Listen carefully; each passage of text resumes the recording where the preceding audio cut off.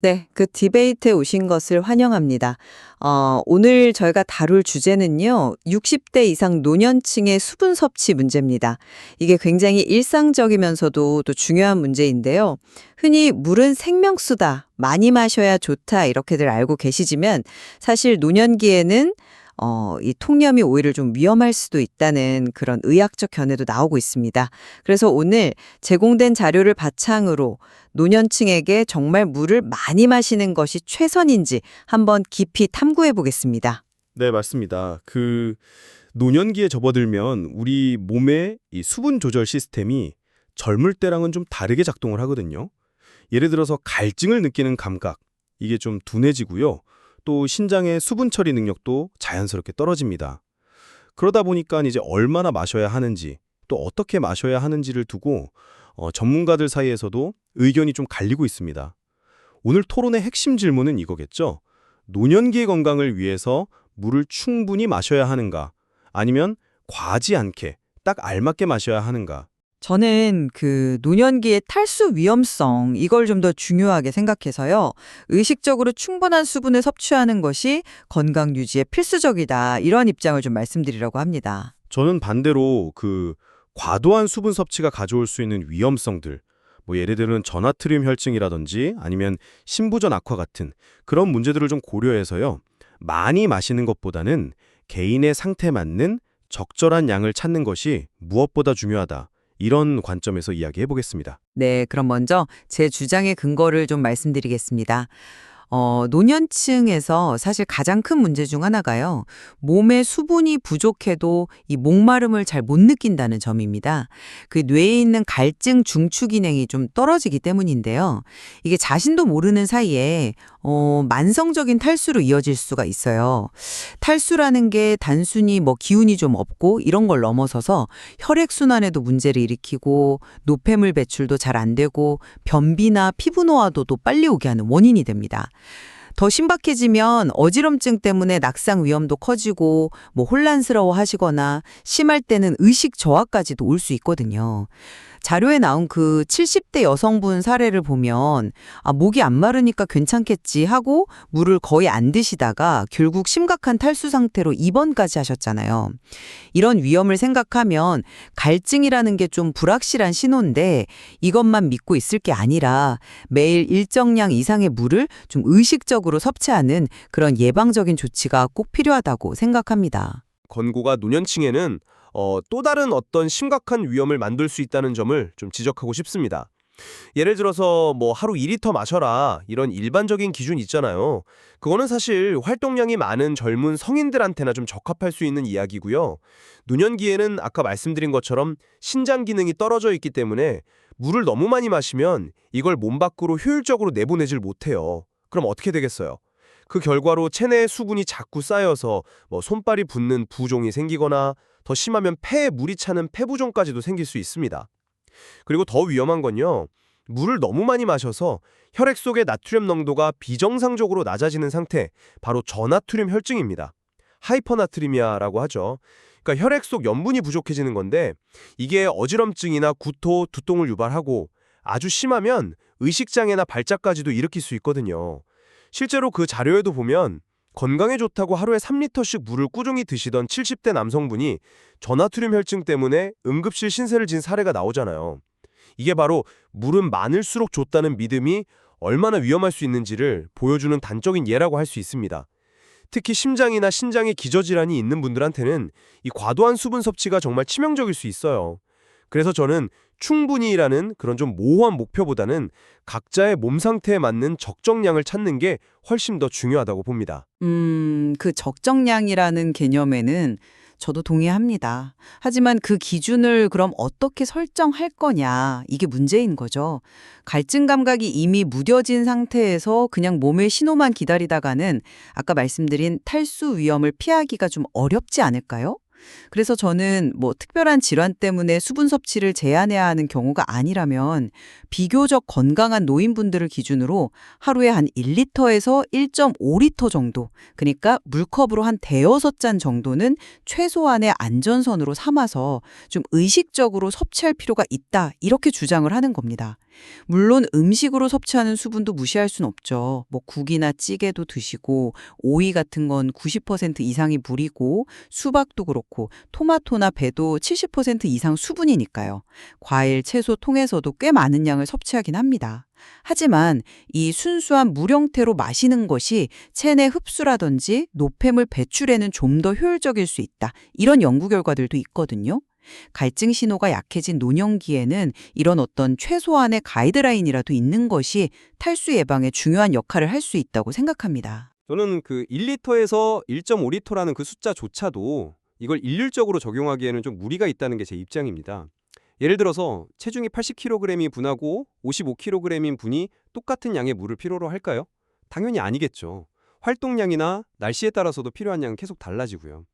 그리고 더 결정적인 것은 역시 기저질환의 유무입니다. 아까 잠깐 언급했지만 신부전 환자분들에게 하루 1.5리터는 굉장히 위험한 양이 될 수 있습니다. 오히려 수분 섭취를 하루에 1리터 미만, 심지어는 500ml까지도 제한해야 하는 경우가 흔하거든요. 그렇기 때문에 저는 어떤 딱 정해진 량을 따르기보다는 자기 몸이 보내는 좀 객관적인 신호들에 더 집중해야 한다고 보는 거죠. 가장 쉬운 방법은 역시 소변 색깔을 확인하는 겁니다. 옅은 노란색이면 괜찮은 거고요. 아주 진한 노란색이나 갈색에 가까우면 수분이 부족하다는 신호, 반대로 거의 물처럼 투명하다면 너무 많이 마시고 있다는 신호일 수 있습니다. 또 하나 유용한 지표는 매일 아침 되도록 같은 시간에 체중을 재보는 거예요. 뭐 특별히 많이 먹은 것도 없는데 하루 사이에 체중이 갑자기 1kg 이상 확 늘었다. 이거는 몸에 수분이 과도하게 정체되고 있다는 아주 강력한 신호일 수 있습니다. 부종이 있는지 없는지 확인하는 것도 당연히 중요하고요. 이런 어떤 개인적인 지표들이야말로 그 어떤 일반적인 권고량보다 훨씬 더 정확하고 안전하게 나만의 적정량을 찾는 기준이 될 수 있다는 겁니다. 그러니까 고정된 목표치에 너무 얽매이지 말고 몸의 반응을 보면서 유연하게 조절하는 자세가 필요하다는 거죠. 네, 속시려만큼이나 또 마시는 방식, 시간대 이런 것도 중요할 텐데요. 저는 특히 아침에 일어나자마자 공복에 물 한 잔 마시는 습관, 이걸 아주 적극적으로 권장하고 싶습니다. 밤사이에 우리가 땀이나 호흡으로 알게 모르게 수분을 많이 잃거든요. 그걸 보충해주고 또 장 운동을 좀 활발하게 하고 혈액순환을 돕는 그런 효과가 있습니다. 많은 전문가분들이 커피보다 물을 먼저 마셔라 이렇게 조언하시죠. 그리고 낮 동안에는 갈증을 느끼기 전에 미리미리 그리고 한 번에 많이 마시기보다는 여러 번에 걸쳐서 조금씩 나누어 마시는 것이 탈수 예방에도 좋고 신체 부담도 줄이는 데 효과적이라고 봅니다. 식사 전에 물 마시는 건 어떨까요? 식사 바로 직전에 마시는 것보다는 한 30분쯤 전에 소량 마시는 것이 오히려 소화액 분비를 좀 돕고 과식을 막는 데 도움이 될 수 있다 이런 견해도 있습니다. 건요. 위액을 희석시켜서 소화 능력을 떨어뜨리고 위에 좀 부담을 줄 수 있거든요. 식사 중에는 그냥 가볍게 목을 축이는 정도, 그 정도가 적당하고요. 식후에도 바로 많은 양을 마시기보다는 한 10분, 최소 10분 정도 간격을 두고 천천히 마시는 것이 소화에는 더 도움이 됩니다. 그리고 제가 정말 강조하고 싶은 부분은 저녁 시간대, 특히 잠자리에 들기 직전에 물을 마시는 습관이에요. 저녁 8시 이후에 많은 물을 마시는 것, 이게 야간뇨의 정말 가장 흔한 원인 중 하나입니다. 자료에 나온 환자분처럼 밤에 화장실 가려고 서너 번씩 깨게 되면 수면의 질이 현저히 떨어질 수밖에 없죠. 이게 그냥 단순한 불편함으로 끝나는 게 아니라 다음날 피로감이나 집중력 저하로 이어지고 이게 장기화되면 혈압 상승이나 혈당 조절 능력 악화 같은 전반적인 건강 문제로 이어질 수 있습니다. 그러니까 낮에 충분히 못 마셨다고 해서 밤에 몰아서 마신다. 이건 절대 좋은 해결책이 아니라는 겁니다. 저녁 식사 후에 가볍게 한 잔 정도로 마무리하시고 잠들기 최소 1시간, 아니 2시간 전부터는 물 섭취를 좀 자제하시는 것이 숙면을 위해서 정말 중요합니다. 네, 기저질환이 있는 분들의 수분 섭취는 더욱 세심한 주의가 필요하다는 점, 그 점에는 저도 전적으로 동의합니다. 다만 그 질환의 특성에 따라서 접근법이 좀 달라져야 한다고 생각하는데요. 예를 들어서 당뇨병 환자분들 같은 경우는 혈당이 높을 때 소변으로 당이 빠져나가면서 수분도 같이 배출이 되거든요. 그래서 탈수 위험이 일반인보다 더 높습니다. 따라서 혈당 조절 상태를 잘 체크하면서 단 음료 말고요. 맑은 물 위주로 하루 1.5리터 내외에서 조금씩 자주 보충해 주는 것이 오히려 중요합니다. 갈증을 잘 못 느껴도 탈수가 진행될 수 있으니까요. 또 고혈압 치료 때문에 이뇨제를 드시는 분들 계시잖아요. 이런 분들은 약효 때문에 소변량이 늘면서 수분뿐만 아니라 칼륨 같은 전해질도 과도하게 손실될 수가 있어요. 이런 경우에는 의사의 지시에 따라서 오히려 충분한 수분을 섭취해야 탈수나 위험한 전해질 불균형을 막을 수 있습니다. 그러니까 무조건 적게 마시는 것만이 답은 아닐 수도 있다는 이야기죠. 물론, 네, 특정 질환에서는 충분한 수분 보충이 필요할 때도 있습니다. 하지만 노년층에서 더 흔하고 또 더 치명적인 결과를 초래할 수 있는 질환들, 예를 들면 고혈압, 심부전 같은 경우에는 수분 제한이 필수적이라는 점을 좀 더 강력하게 강조해야 한다고 생각합니다. 고혈압 환자분이 물을 너무 많이 마시면 혈액량이 늘어나서 혈압이 더 오를 수가 있어요.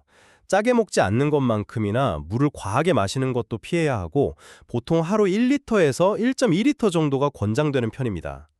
신장질환자는 뭐 말할 것도 없죠. 신장의 수분 배설 능력이 현저히 떨어져 있기 때문에 의사가 환자 상태나 소변량 같은 걸 다 고려해서 정해준 엄격한 수분 제한량, 이걸 반드시 지켜야 합니다. 이걸 어기면 부종이나 고혈압 악화, 전해질 이상은 물론이고 심각하면 폐부전까지 올 수 있어요. 심부전 환자도 마찬가지입니다. 심장 기능이 저하된 상태에서 몸의 체액량이 늘어나면 심장에 엄청난 부담이 가해져서 호흡곤란이 심해지고 정말 생명이 위험해질 수도 있습니다. 그래서 보통 하루 1리터 이하로 수분 섭취를 제한하고 매일 체중을 재서 하루에 1, 2kg 이상 갑자기 늘지 않는지 꼭 감시해야 합니다.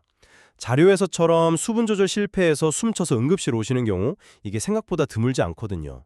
기저질환이 있다면 그냥 일반적인 권고를 무작정 따르기 전에 반드시 주치의와 상의하는 것이 원칙 중의 원칙입니다. 그렇다면 이제 노년층이 흔히 빠지기 쉬운 수분 섭취 관련 오해들, 이걸 좀 짚어보면서 논의를 정리해 볼 필요가 있겠습니다.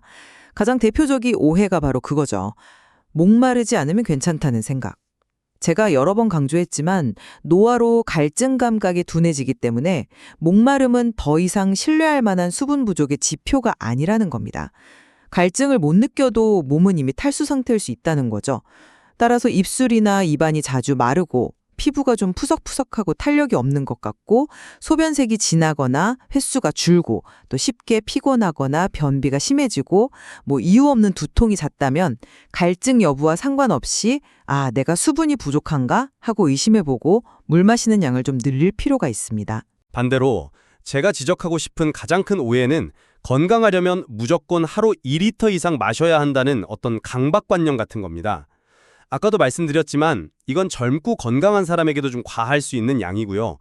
특히 신체 조절 능력이 떨어진 노년층에게는 앞서 설명드린 저나트륨 혈정, 부종, 심장 부담 증가 같은 심각한 부작용을 일으킬 수 있는 정말 위험한 생각입니다. 소변 색깔이 계속해서 거의 물처럼 투명하게 나온다면 그건 필요 이상으로 마시고 있다는 신호일 수 있어요. 또 하나 꼭 바로잡아야 할 습관은 낮에 부족했던 물을 밤에 특히 잠자기 직전에 몰아서 마시는 거. 이거 정말 안 좋습니다.